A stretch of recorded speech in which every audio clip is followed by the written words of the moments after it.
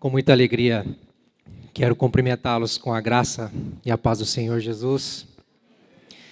Obrigado, pastor João, por me preparar e preparar a igreja, né? Para me ouvir. Com muito temor, eu estou aqui, como o pastor João falou, acompanhado pelos pastores, acompanhado por algumas pessoas aqui mais próximas também, que têm me assistido de perto em todo esse processo, mas eu me sinto, assim, sempre acolhido pela igreja e grato por cada um de vocês, pelas orações, pelo cuidado, alguns até pelas orientações. Que Deus possa abençoar cada um de vocês. Amém? Que seja um ano de bênção para todos nós, 2019. Mesmo sentados, peço a você que me acompanhe numa leitura bíblica, no Evangelho de Mateus, no primeiro capítulo. Vamos ler os versículos 18 ao 25. Enquanto você encontra aí, vamos dar seguimento ao tema tão relevante neste mês, o Natal, mas quero falar de uma perspectiva um pouco diferente. No primeiro domingo deste mês, o pastor Silas nos trouxe uma belíssima mensagem acerca do espírito do Natal. Como o Espírito Santo tem agido na vida de Cristo desde o seu nascimento e ao longo da sua vida, culminando, enfim, na crucificação, na ressurreição e a implicação para a nossa vida.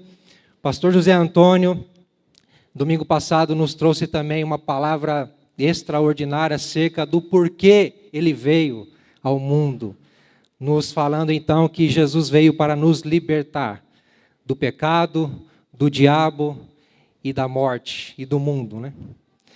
Mas eu queria, baseado nesse texto que vamos ler, falar do Natal, mas numa perspectiva voltada para a família. Qual a importância do Natal para a família? Ou o que a história do nascimento de Jesus pode nos ensinar acerca da família? E eu convido a você então a ler a partir do versículo 18, que diz assim: o nascimento de Jesus Cristo foi assim. Maria, sua mãe, estava comprometida a casar-se com José. Mas antes de se unirem, ela achou-se grávida pelo Espírito Santo.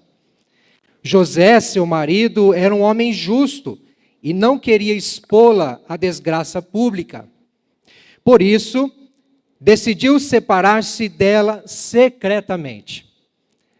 Tendo José isso em mente, o anjo do Senhor apareceu-lhe em sonho, dizendo: José, filho de Davi, não temas receber Maria, tua mulher, pois o que nela foi gerado é do Espírito Santo. Ela dará à luz um filho, a quem darás o nome de Jesus. Pois o que nela foi gerado, porque ele salvará seu povo dos seus pecados. Versículo 22, tudo isso aconteceu para que se cumprisse o que o Senhor havia dito por meio do profeta.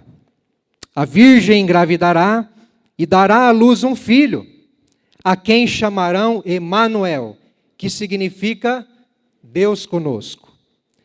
Despertado do sono, José fez o que o anjo do Senhor lhe ordenara e recebeu sua mulher.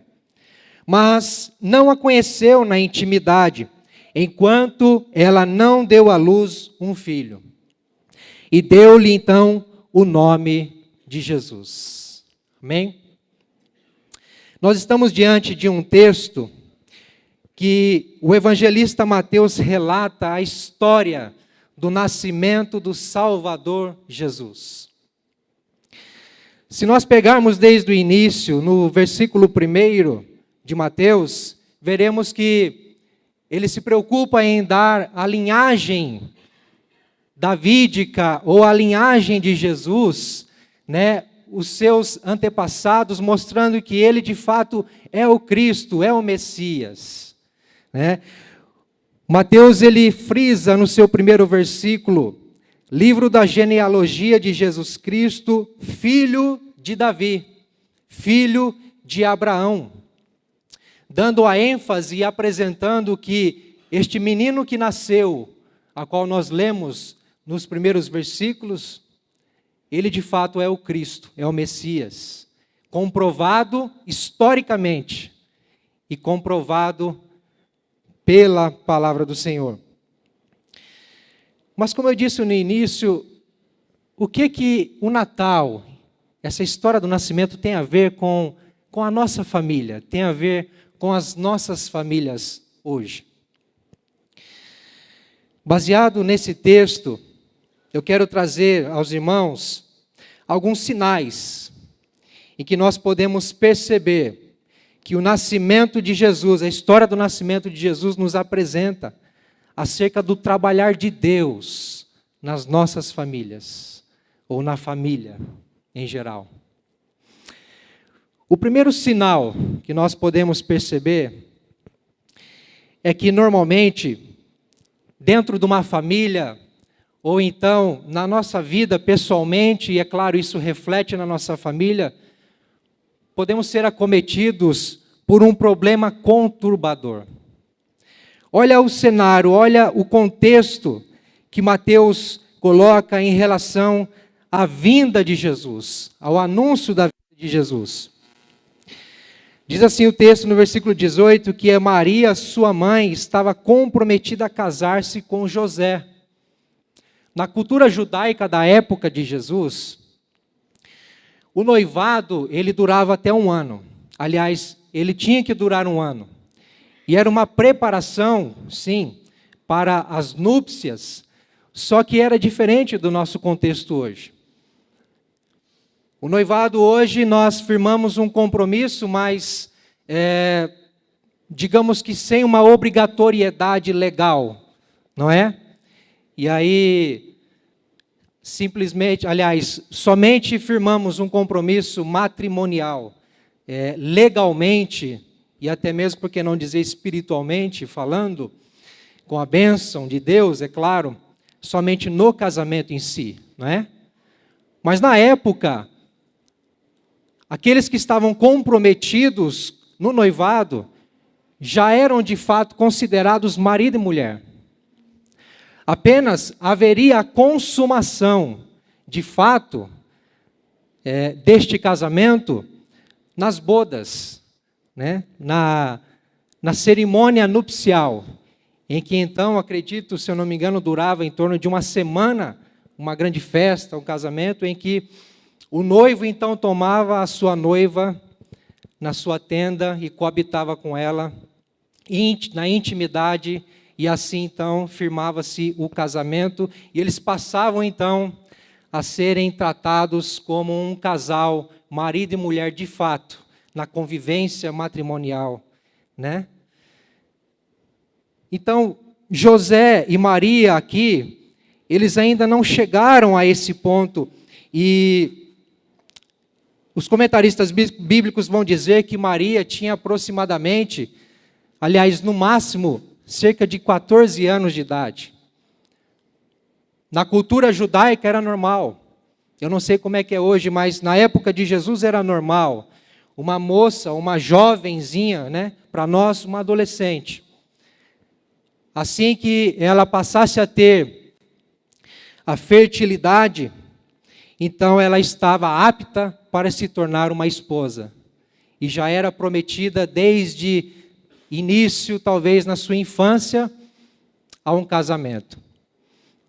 Há 3 estágios para a consumação do casamento, de acordo com a cultura da época, que é o prometimento, em que na infância os pais já então prometiam os filhos ao casamento, já escolhiam seus cônjuges, e depois o comprometimento, em que firmavam-se um noivado, e aí estipulando 1 ano para então, de fato, um casamento confirmado, consumado com o matrimônio. Eu estou dando um panorama aqui para a gente entender um pouco do contexto em que o evangelista Mateus insere a narrativa do nascimento de Jesus. E para a gente entender que Ao contrário do que muitas vezes pensamos, Jesus nasceu numa família comum, como a minha e como a sua. Jesus nasceu numa família com problemas, com dificuldades, com lutas e desafios, assim como a minha e como a sua.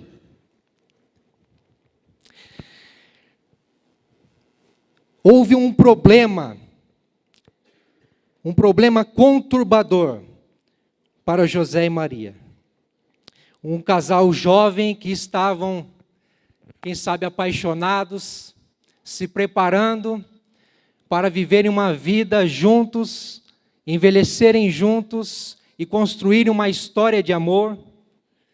De repente, Maria aparece grávida. Uma virgem, como a Bíblia enfatiza, lá em Lucas, no capítulo 1. Como deve ter sido essa notícia, justamente para Maria e também depois para José?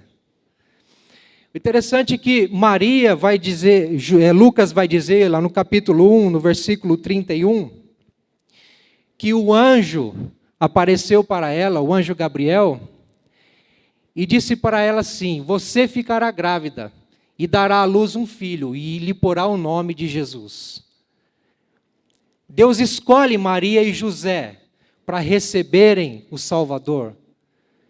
Deus insere Maria e José na história da salvação, assim como tantas outras famílias, as quais nós podemos pegar a própria genealogia de Jesus e fazer um levantamento detalhado de homens e mulheres, de famílias que fizeram parte do projeto de salvação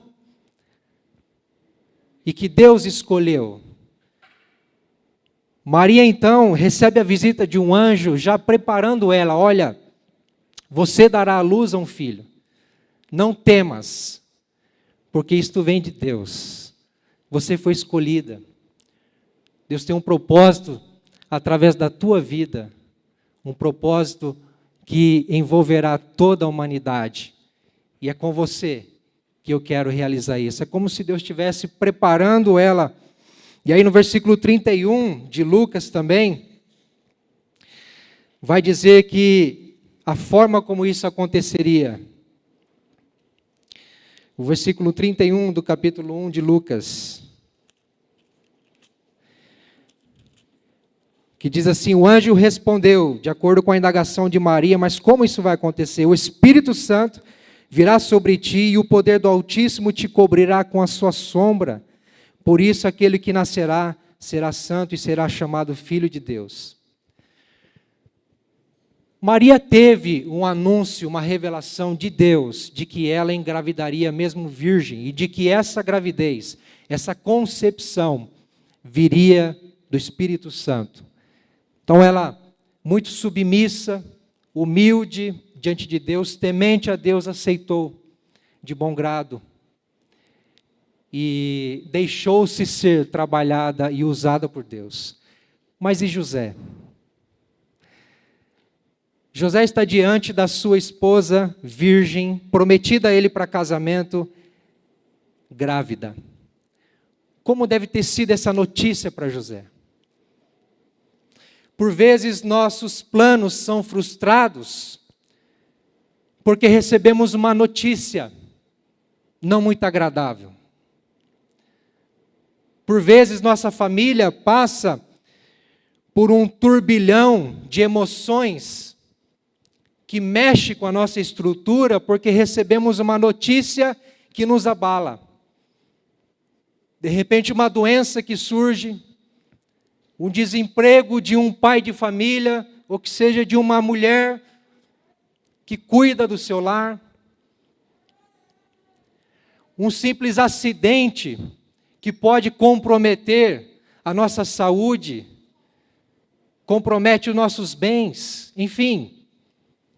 Somos acometidos diversas vezes e de várias formas, de situações que põem em xeque muitas vezes os nossos planos, os nossos anseios, nossos projetos. Estava conversando com a minha esposa, a Fabiana, e como a maioria aqui sabe, eu vivi uma notícia dessa em 2012, aliás, em 2013, quando eu estava casado pela primeira vez, com uma jovem, e que em 10 meses de casados apenas, sonhando alto, com planos para a família, de repente temos a notícia de que ela se encontra doente, enferma, e vai para o hospital, e numa semana Deus a leva para a casa do pai. Eu falo isso com muito temor, e minha esposa aqui com muita alegria também compartilha da realidade de que Deus faz as coisas conforme Ele quer, conforme a vontade dEle. Mas o fato é que, por experiência própria, eu tive meus planos frustrados. E talvez num primeiro momento, digamos que numa atitude óbvia, eu não entenderia, ou eu não entendi o que Deus estava fazendo. Como assim? Como assim, Senhor? De repente, num piscar de olhos, tudo se foi, tudo mudou, e agora, como fica? Eu estou contando isso porque eu me vi na história de José, e pensando como este homem deve ter encarado esta situação. Porque Mateus vai dizer no versículo 18 que Maria achou-se grávida pelo Espírito Santo, mas José ainda não sabia. E no versículo 19 nós temos o relato de que José era um homem justo. E por ser justo, ele não queria expor a desgraça pública, ou a desonra pública. Justo aqui tem a ver com integridade, tem a ver com retidão, tem a ver com piedade. José era um homem que se preocupava em ter uma conduta honesta, uma conduta correta diante de Deus e diante da sociedade, diante das pessoas a qual ele convivia.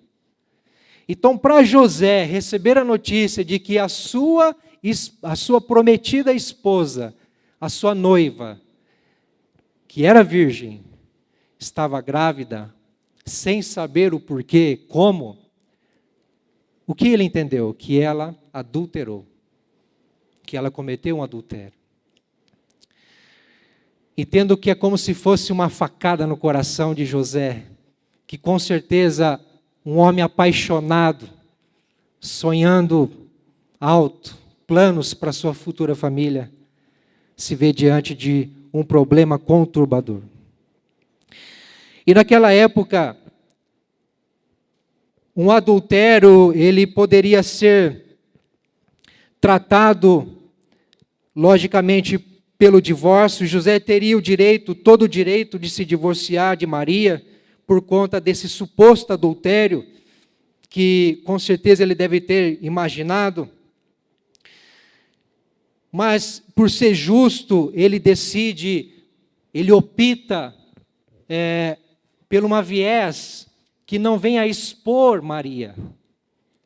Acredito que não só por ser justo, mas por amá-la. José opta por simplesmente dar-lhe uma carta de divórcio. Porque naquela época, o adultério poderia ser denunciado no tribunal. E então, o adúltero, principalmente uma mulher, numa sociedade patriarcal, principalmente naquela época, uma mulher poderia ser muito bem levada ao ridículo e ser exposta num tribunal, diante das pessoas, como uma adúltera.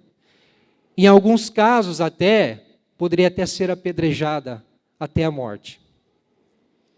Nós temos, por exemplo, o relato da prostituta, em que Jesus diz para aqueles que estavam acusando ela com as pedras nas mãos: quem não tem pecado, atire a primeira pedra.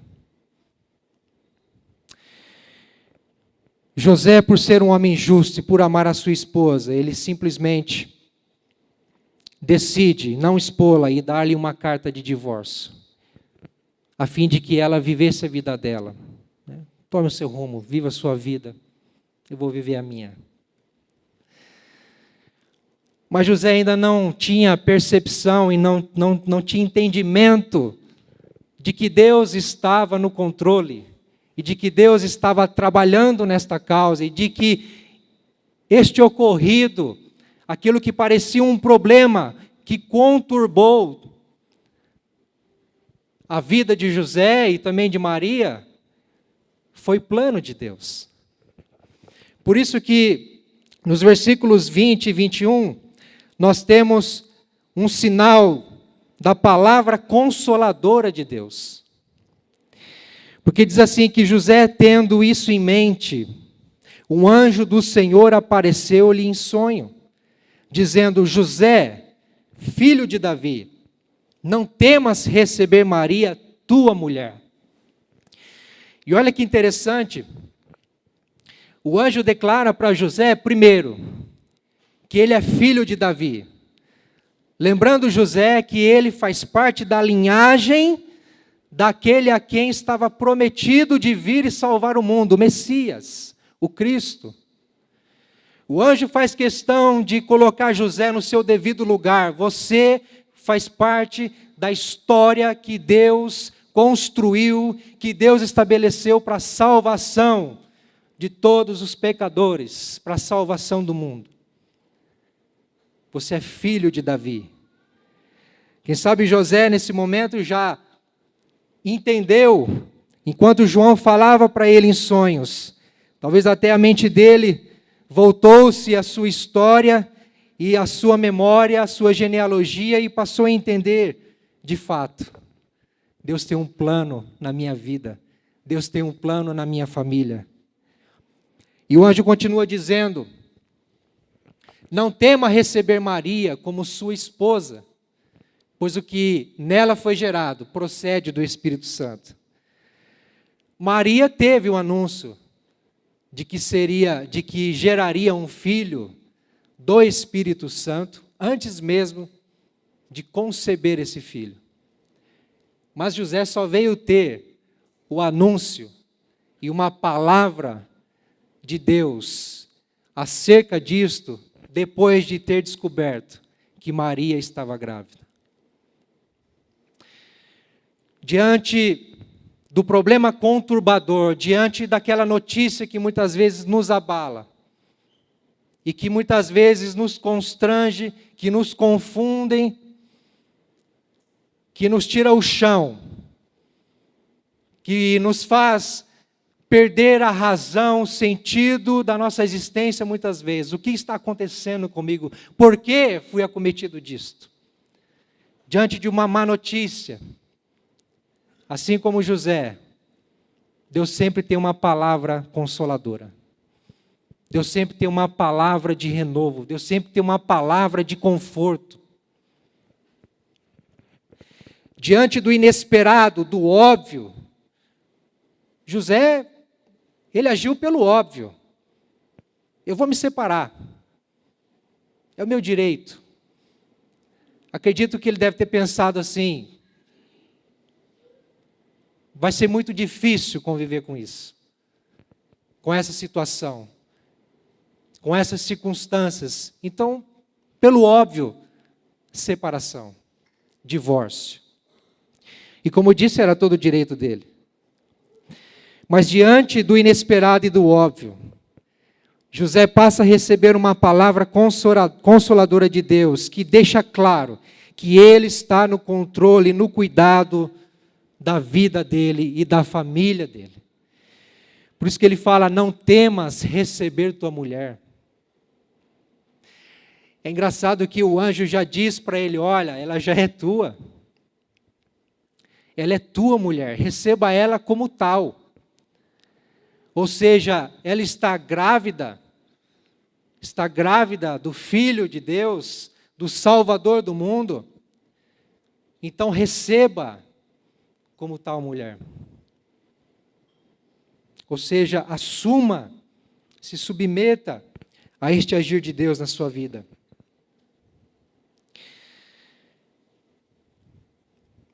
Quem sabe você esteja enfrentando uma situação adversa na sua vida, na sua família. Quem sabe você não vê esperança, não vê saídas, não vê solução. Quem sabe o desespero toma conta. Quem sabe a nossa fé é abalada diante da adversidade. Mas assim como José, nós precisamos ter cautela. Nós precisamos ter uma postura justa diante de Deus. E por que não dizer aguardar por uma palavra de conforto, por uma palavra de consolo? Uma palavra que venha nos trazer de volta ao centro da vontade de Deus, uma palavra que venha nos trazer de volta aquela fé para continuarmos, para prosseguirmos. José então tem um relato daquilo que Maria já tinha entendido, que o que foi gerado nela é do Espírito Santo. E o anjo continua dizendo no versículo 21, ela dará à luz um filho, a quem darás o nome de Jesus, porque ele salvará seu povo dos seus pecados. Talvez, como eu disse no início, José tivesse uma visão medíocre do seu futuro, uma visão pequena daquilo que poderia ser a sua vida e o seu futuro, a sua família. E aí Deus pega ele de surpresa com um problema que o conturba, mas depois lhe traz uma palavra que lhe conforta e mostra para ele que o que Deus tem na vida dele, na vida de sua esposa, para a sua família no futuro, é muito melhor, é muito maior do que aquilo que ele esperava ou imaginava. Eu estou trazendo uma perspectiva acerca do nascimento de Jesus, olhando mais para o pano de fundo, para o contexto familiar, para que nós possamos entender que Deus tem um plano, um propósito, um projeto na nossa vida. E que, ao longo da história, ao longo dos tempos, Ele vai nos preparando para que, de fato, venhamos nos alinhar a este projeto. E que, creio eu, é lindo, é belo, porque refletirá a glória de Jesus Cristo, assim como foi com José e Maria. Um terceiro sinal que nós temos no nascimento de Jesus e que nos mostra que Deus trabalha na nossa família, está no verso 22 e 23, e diz respeito a uma promessa constatada. O evangelista diz assim, tudo isso aconteceu para que se cumprisse o que o Senhor havia declarado pelo profeta. A virgem engravidará e dará à luz um filho, a quem chamarão Emanuel, que significa Deus conosco. Os comentaristas desse texto, pelo menos os que eu tive acesso, não nos deixa claro, se eu posso dizer assim, se de fato essas palavras foram do anjo, ou se foi uma intenção do próprio autor do Evangelho em reforçar a promessa do Antigo Testamento que se cumpriria em Jesus. O fato é que com o anjo dizendo a José que ele era filho de Davi, talvez, quem sabe, ele tivesse se lembrado dessa profecia tão conhecida por um judeu, e que reporta lá em Isaías 7,14, e o capítulo 8,8. E no contexto de Isaías 7,14, que Mateus utiliza aqui para confirmar e constatar a vinda de Cristo. Se você pegar lá a história, como diz o texto lá, por isso o Senhor mesmo lhes dará um sinal, a virgem ficará grávida e dará à luz um filho, e o chamará Emanuel. O contexto ali é de um problema conturbador, semelhante ao de José. O contexto de Isaías 7,14 É de uma notícia assustadora de o exército, de o povo de Deus tendo a possibilidade de ser arrasado, avassalado por exércitos inimigos. E aí o profeta diz para o rei de Israel buscar um sinal de Deus, para que Deus venha, desse uma palavra de consolo, ou uma saída, uma solução. E aí Isaías diz ao rei de Israel que o Senhor mesmo dará um sinal.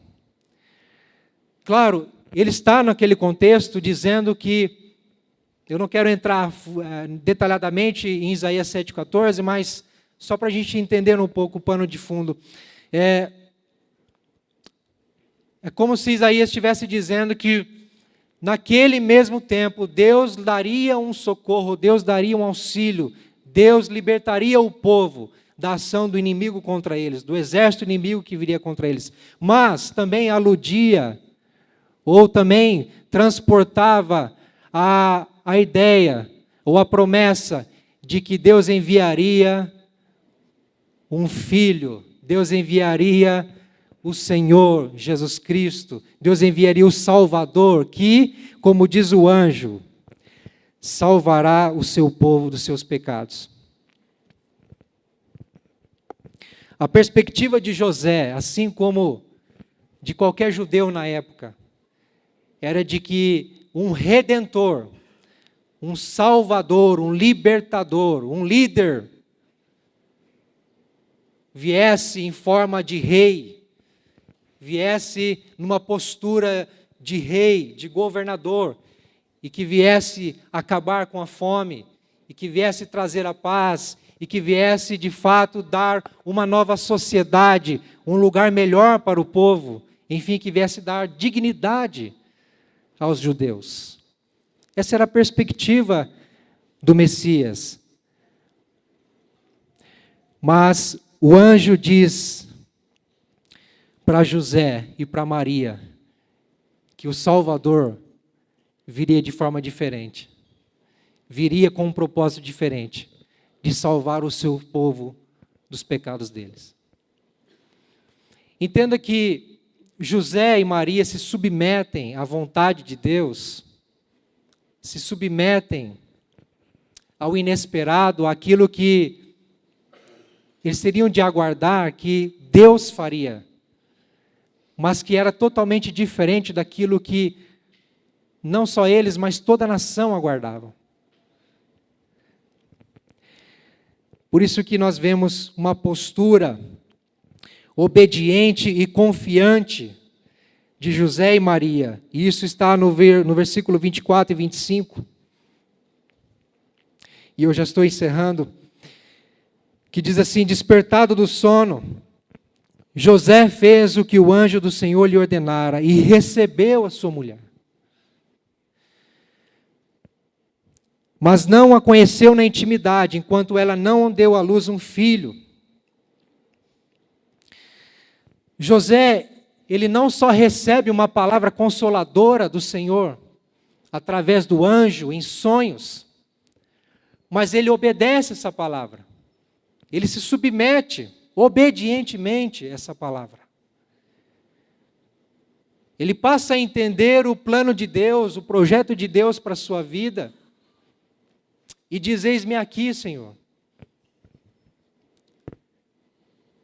É como se ele dissesse assim: eu estou pronto, faça a tua vontade, Senhor.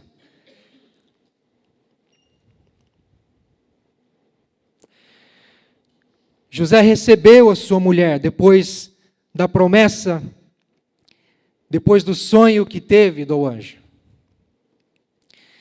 Mas interessante é que ele não a conheceu na intimidade. Ele aguardou Maria dar à luz a Jesus. Em algumas traduções, diz que depois do filho vem a palavra primogênito, salientando, enfatizando que Jesus foi o primeiro filho de Maria e José. E isto contesta aquilo que algumas doutrinas ou alguma heresia, não entende e tenta mudar que de fato Jesus veio da Virgem Maria. E que a Virgem Maria, ela teve outros filhos. Ela deixou de ser virgem. Nós podemos ver, por exemplo, em Mateus 13, no versículo 55, após Jesus pregar na sinagoga, levanta-se uma indagação a respeito dele. Não é este o filho do carpinteiro? Sua mãe não se chama Maria e seus irmãos Tiago, José, Simão e Judas? E não estão entre nós todas as suas irmãs? José e Maria teve o seu filho primogênito. E que na verdade é o filho unigênito do Pai, como diz João, capítulo 1, versículo 14, como o pastor Ricardo leu no início. Mas, ao longo dos tempos, eles tiveram uma família normal, como a minha e com a sua. Jesus teve irmãos, dos quais 2 se tornaram seus apóstolos também, e caminharam junto com eles.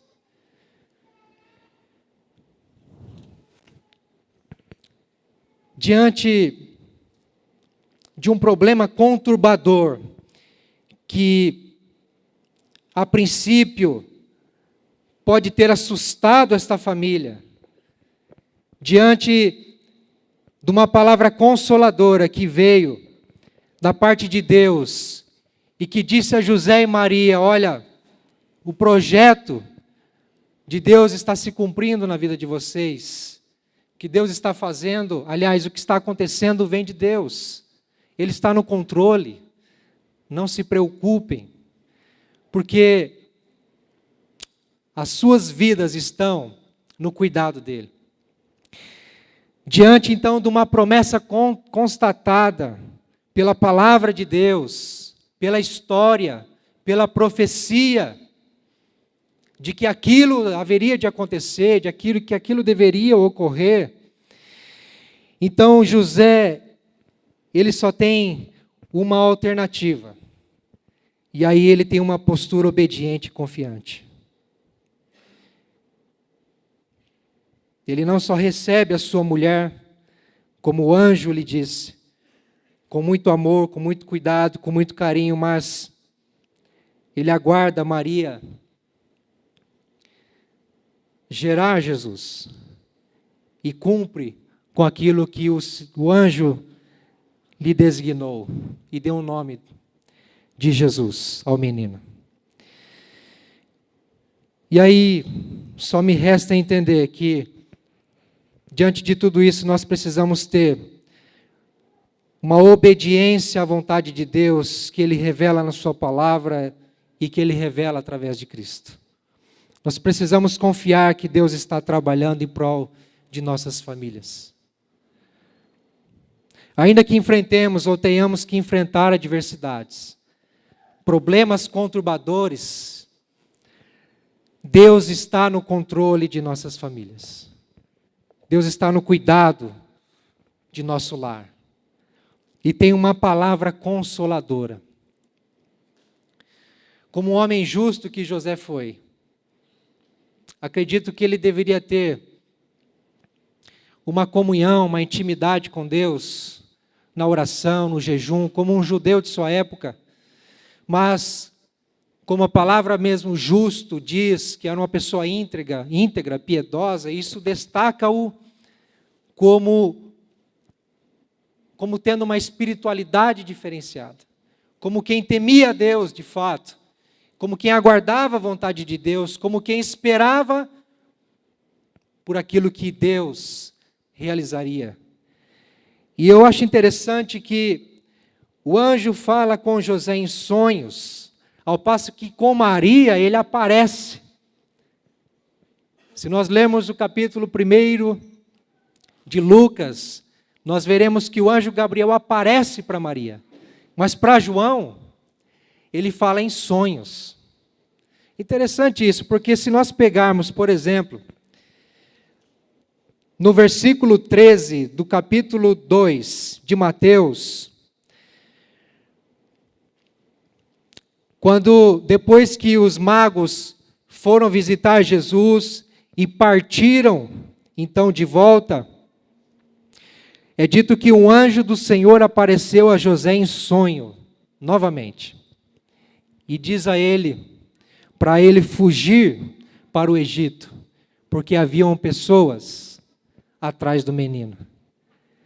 Aí, lá no versículo 19, diz também que depois que Herodes morreu, aquele a quem queria matar o menino Jesus por inveja, por rivalidade, porque ficou sabendo que Jesus era o rei prometido, rei dos judeus, novamente o anjo aparece a José em sonho, revelando a vontade de Deus, revelando e mostrando, guiando e orientando ao caminho que Deus deseja que ele deve seguir.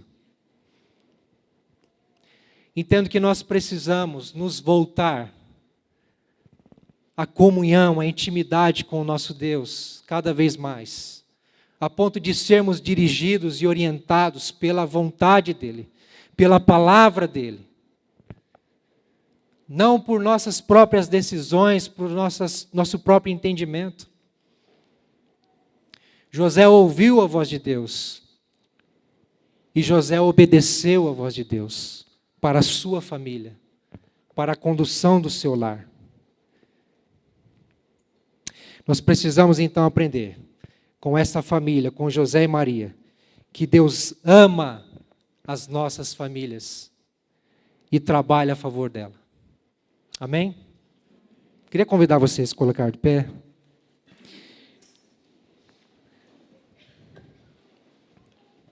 Quero orar com você.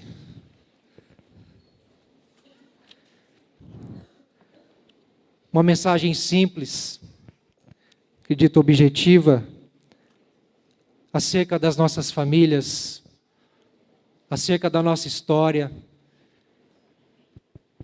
Talvez você esteja se perguntando porque teve de passar por situações difíceis, talvez você esteja se perguntando porque a sua família tem passado por um momento delicado, difícil, duro de aguentar, que muitas vezes nos abala, e com certeza nos abala. Eu quero orar com você, e gostaria que você pensasse no seu cônjuge, pensasse nos seus filhos, pensasse nos seus netos, pensasse na sua história, naquilo que Deus tem proporcionado a você, naquilo que Deus tem construído na sua família, através de você. Quem sabe não seja o momento de Deus te preparar, ou preparar a sua família, para receber algo especial. Quem sabe não seja um momento, a ocasião em que Deus esteja preparando o seu coração, o coração da sua família, para se revelar a vocês. Essa família a qual nós vemos aqui, José e Maria, recebeu o Salvador. Foi o berço que Deus escolheu para receber o Cristo, o libertador, aquele que perdoaria os pecados do seu povo. Quem sabe neste Natal, e não só pensando no dia 25 de dezembro, mas pensando em todos os dias, na nossa vida, na nossa história, quem sabe hoje,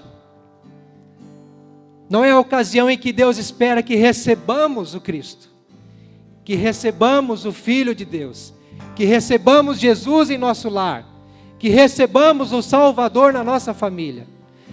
Quem sabe você não é o canal de Deus, para que Cristo nasça no coração dos seus entes queridos. Pai, nós te louvamos e te adoramos, Senhor, porque a tua palavra é clara em nos dizer, Senhor, que o Senhor tem um projeto para as nossas famílias, Pai. O Senhor começou tudo lá no Éden, Senhor, com um casal. O Senhor chamou, ó Deus, pessoas, seres humanos falhos, limitados, ó Senhor, com muito amor, para uma aliança. O Senhor constituiu famílias para uma aliança, Senhor. Eu acredito, Senhor, que nesta noite o Senhor tem um chamado de aliança com famílias também. Um compromisso, ó Pai, de amor eterno. Um compromisso, Senhor, uma aliança em que o Senhor revela o Teu Filho Jesus. Assim como o Senhor revelou, assim como o Senhor enviou, assim como José e Maria recebeu, Senhor, o Salvador. Pai, que possamos, ó Deus, ser obedientes, que possamos ser confiantes, que possamos ter os nossos ouvidos abertos, papai, que possamos, Senhor, entender o Teu projeto, Senhor, nas nossas vidas, e que possamos como família, Senhor, receber o Senhor Jesus, cada vez mais, cada dia mais, que a Tua palavra, Senhor, que o Cristo encarnado, na pessoa do Senhor Jesus Cristo, possa, Senhor, nascer novamente em nossos lares, florescer, Senhor, com amor, com paz, com alegria, que possamos de fato, Senhor, vivenciar a presença do Deus conosco em nossos lares, Pai.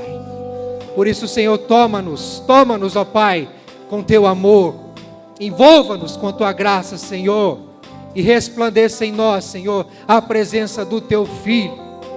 Ah, papai, que haja transformação, que haja restauração, que haja, Senhor Deus, conserto. Quem sabe este mês, Senhor, quem sabe este final de ano, é uma nova etapa, Senhor, é um fim de um ciclo de perturbação, de conturbação, é um fim de um ciclo, Senhor, de amedrontamento nesta família.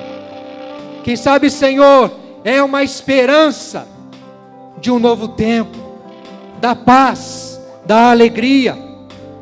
Por isso, Pai, faça a Tua vontade, Senhor. Faça a Tua vontade, Senhor. Que o Teu Filho, Senhor, seja gerado em nossos corações cada dia mais. Que Ele cresça em nós e resplandeça em nosso lar, Senhor, para a glória do Teu nome. Em nome de Jesus.